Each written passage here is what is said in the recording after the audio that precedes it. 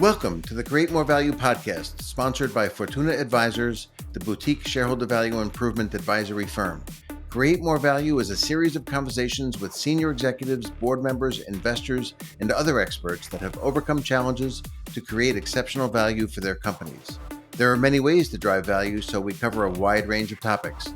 I am the host, Greg Milano, founder and CEO of Fortuna Advisors, and I hope you enjoy the conversation as much as I did.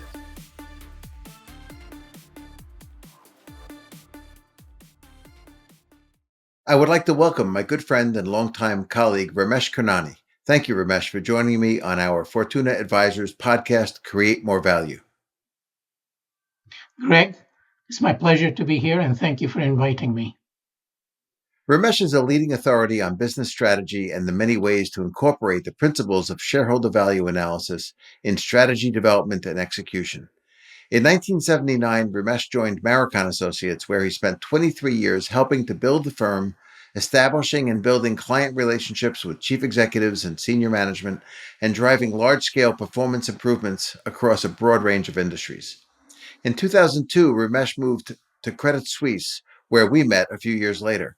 He established and co-led the strategic finance group within investment banking, which employed the Holt value analysis framework to provide strategic and transaction advice to the bank's clients.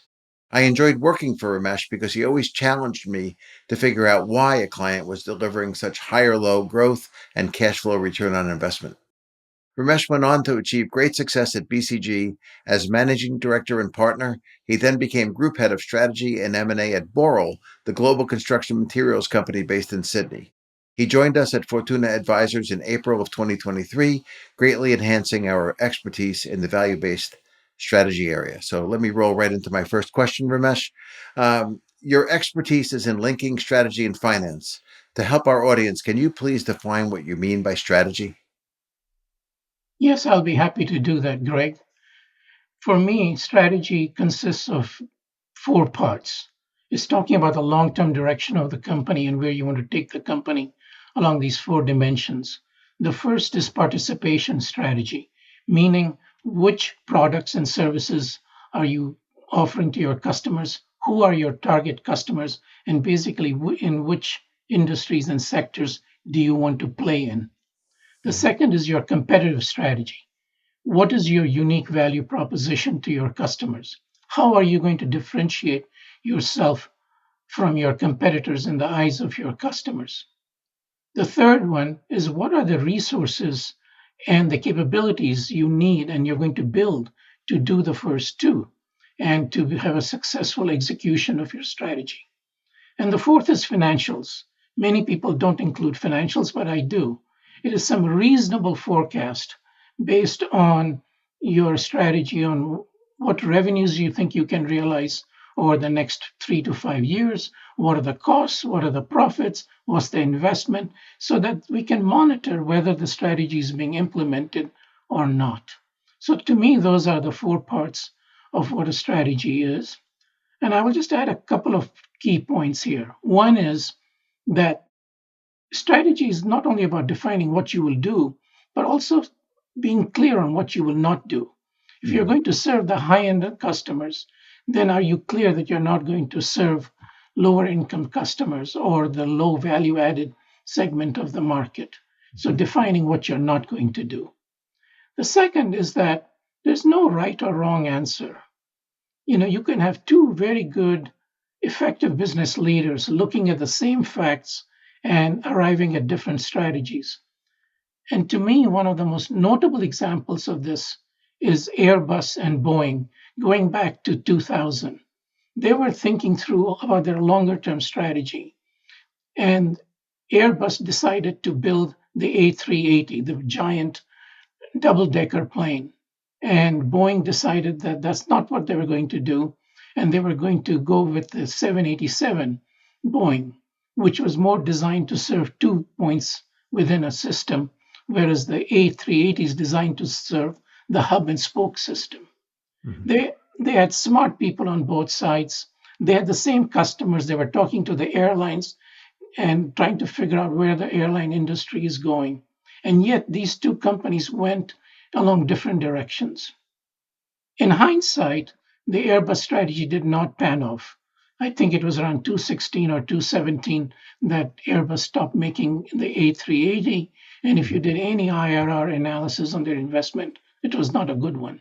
Mhm. But I don't think people in 2000, 2001 and 2 would have been able to guess as to who would be the winner. And that's what I mean. You can have the same facts, you can have the same uh, customers and data and come to different conclusions. So at the end of the day, strategy is really more of an art than a science. You Mhm. do need training, and the more experience you get at it, the better you get at it. And as I said, there's no right or wrong answer. Yeah, that's a really good point. I really I like that. So your thesis is that strategy development and creating value need to be considered simultaneously. But many strategy advisors don't really think about value. I mean, your fourth point in your last answer was about looking at the financial information. I've seen strategy development which doesn't even consider any kind of a financial outcome. Is there a risk of setting strategies without the explicit consideration of value creation? What can go wrong if you try to do that? I have a two-part answer to that, to what happens when strategy is divorced from value con- creation considerations. And let me take the narrow aspect. There are strategies that make sense on paper. It allows you to serve your customer and have a differentiated product. And or there are strategies that allow you to be low cost because you can buy a new technology. But when you don't consider the financials, it's possible that you will have a stronger company, but it won't make a lot of money. It won't Hmm. create value because the process of having a differentiated product is so expensive and the investment is so large that the you will never recoup the extra cost, and the revenue that you get won't justify that. Hmm. So there are times when the strategy makes sense on paper but financially is not viable. And you and I and many others have seen this in acquisitions in spades. Hmm. One of your previous guest, Scott Morrison, the former CFO of Ball Corporation, brought this up in very vividly. He said that over the time that he was with the company, they had looked at 50, 55 acquisition candidates, but made only five. Hmm. And he went on to say that in many cases, it made strategic sense that they could have acquired a company, it would have made for a stronger new company. Either the products would have been better or there would have been more customers and synergies. But the price for the acquisition was so high that it didn't justify it on value creation grounds. So that's where things can go wrong. You think you have a good strategy, but financially it's not viable. Part two of my answer is broader.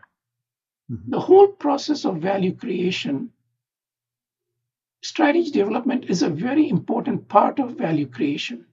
So if I just think about how companies go about creating value, and these are elements that at Fortuna we talk to about in our clients, we need an overarching objective that we're here to create value, right? Hmm. So that's number one.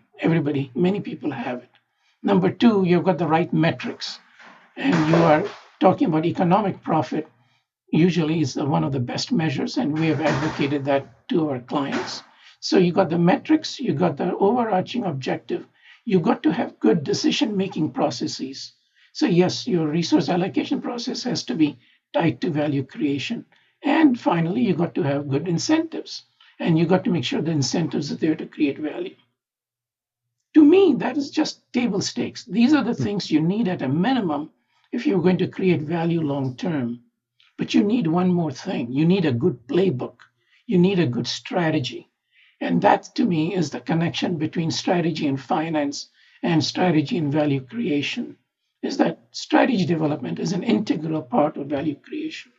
Hmm. So if I can just take a minute more and draw Sure. an analogy to sports, and this time I will use NFL, and but I could have used your favorite football, soccer, or soccer in England, EPL. But in NFL, we all know what the goal is. We want to win the Super Bowl, and in order to do so, we have to win many games during the season and every playoff game, right? Hmm. We also know that we have to act as a team. So the incentives are that we got as a team. We also know we need a very good quarterback. We need good defense players. We need good offense players running and passers and receivers. But at the end of the day, we need a head coach who's strategic, who thinks strategically about how to play the game. Without a good strategy, you can have everything else. You can have great training, a fantastic quarterback. The odds are low you will win the Super Bowl. Mhm. And head coaches like uh, my favorite has been Bill Walsh since I was in the Bay Area during the 80s and was a big fan of Bill Walsh. But he came up with very good passing strategies, and that allowed him to win Super Bowls, many of them. The same is true of Chuck Noll at the Steelers, but he did it differently. He did it through defense strategies.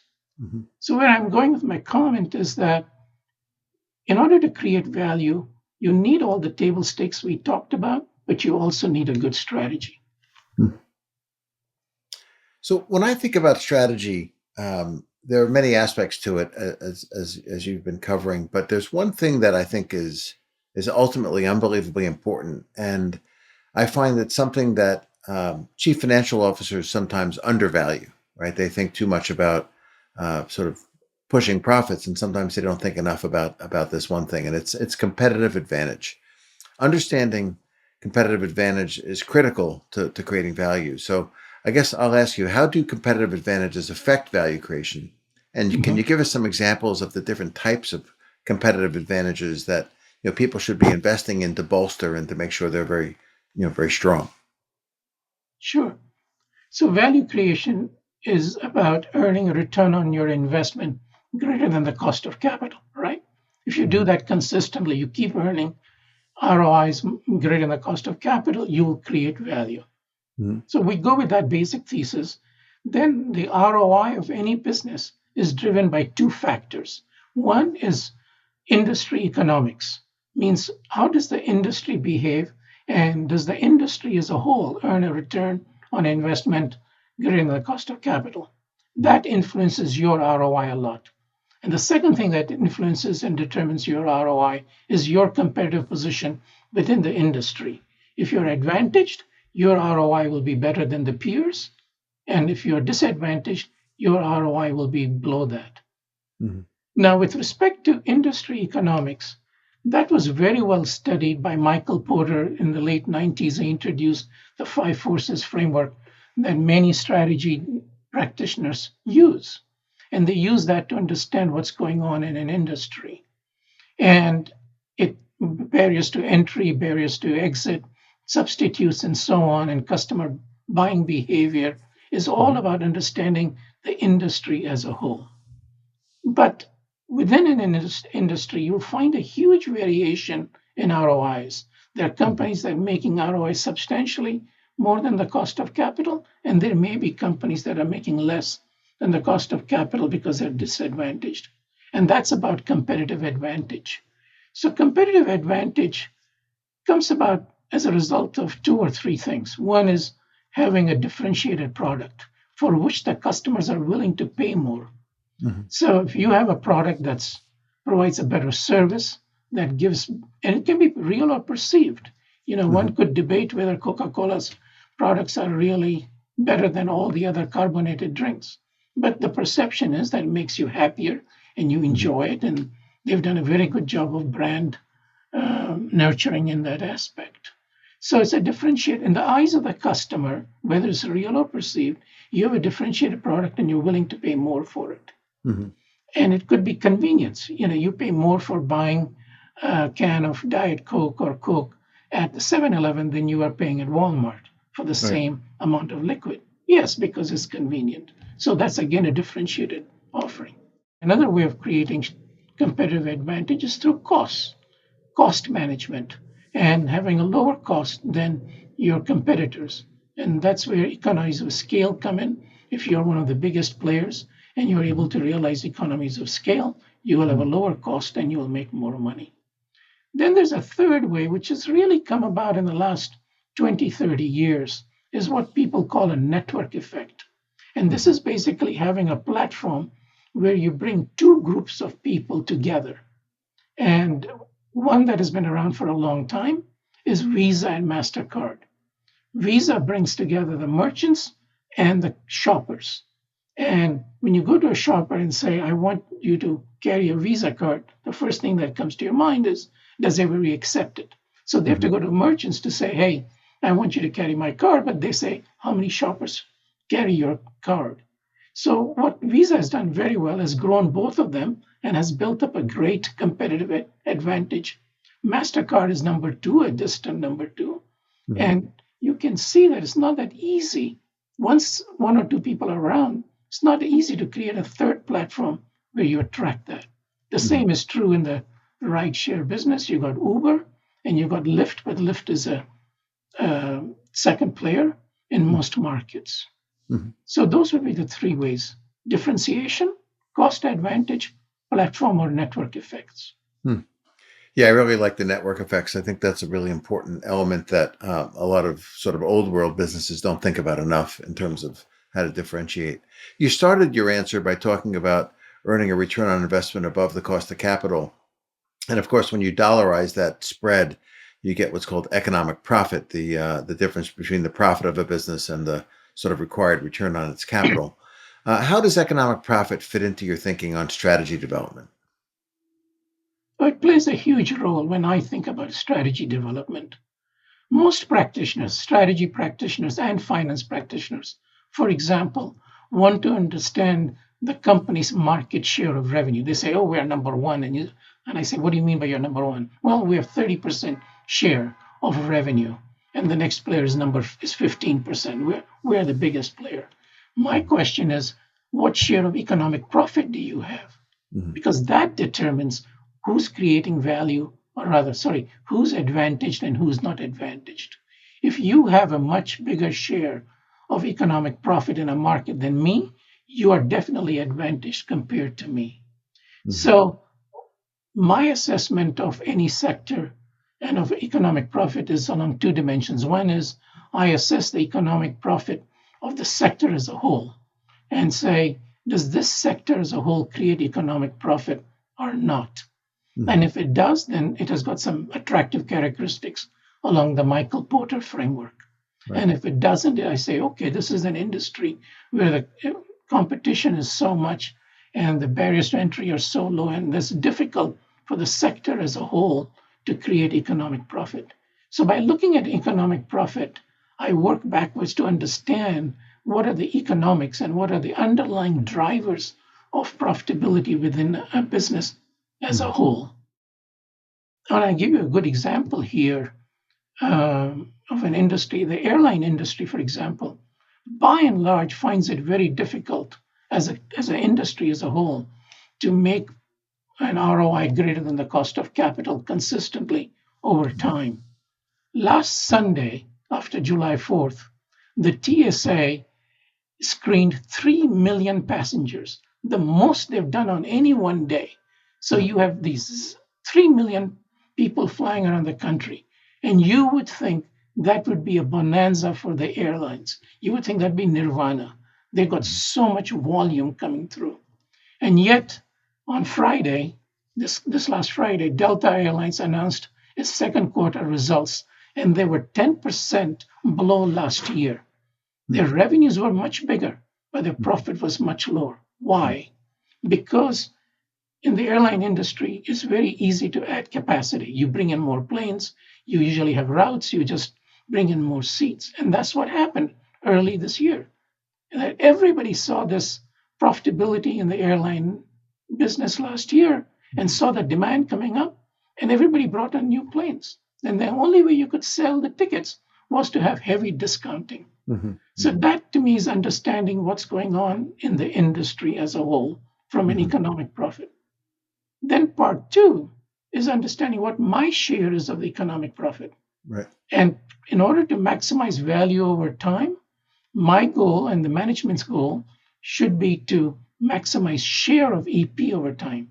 It's Mhm. important for every manager and every CEO to know what share of EP or economic profit they have, because economic profit is a good annual surrogate, as you said in your question, is a Mhm. good annual surrogate for value creation. It's not perfect, but it's much better than earnings, is much better than any other gap measures that you can think of. Mhm. So I use economic profit to understand the economics of the business as a whole, and then to understand who's advantaged and disadvantaged.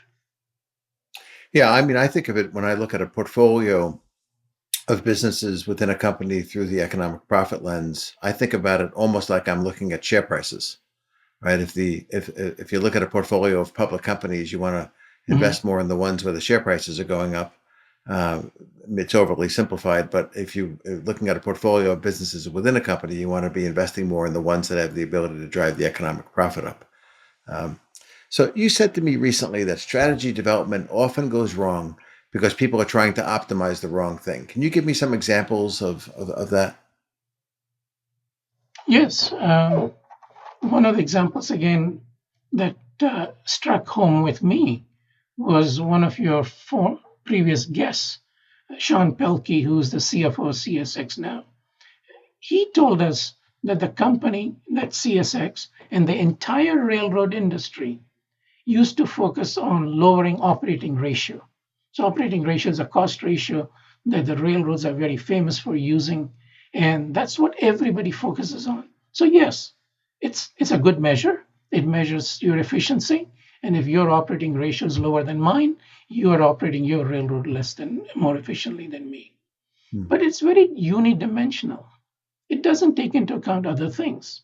And at CSX, according to Sean Pelkey, about 6 years ago, they changed their focus from operating ratio to differentiating their service to margins and revenue growth in addition to operating ratio. Hmm. And according to him, and as you can see their stock price, their performance has been spectacular. Hmm. Why? Because they moved away from this dimension of where I want to be truly efficient and just efficient, where I want to maximize my value over time. And I Hmm. can do that by differentiating my service and providing better service to my customers and charging more for it. I make more margin. My Hmm. operating ratio actually may go up, but that's okay. Hmm.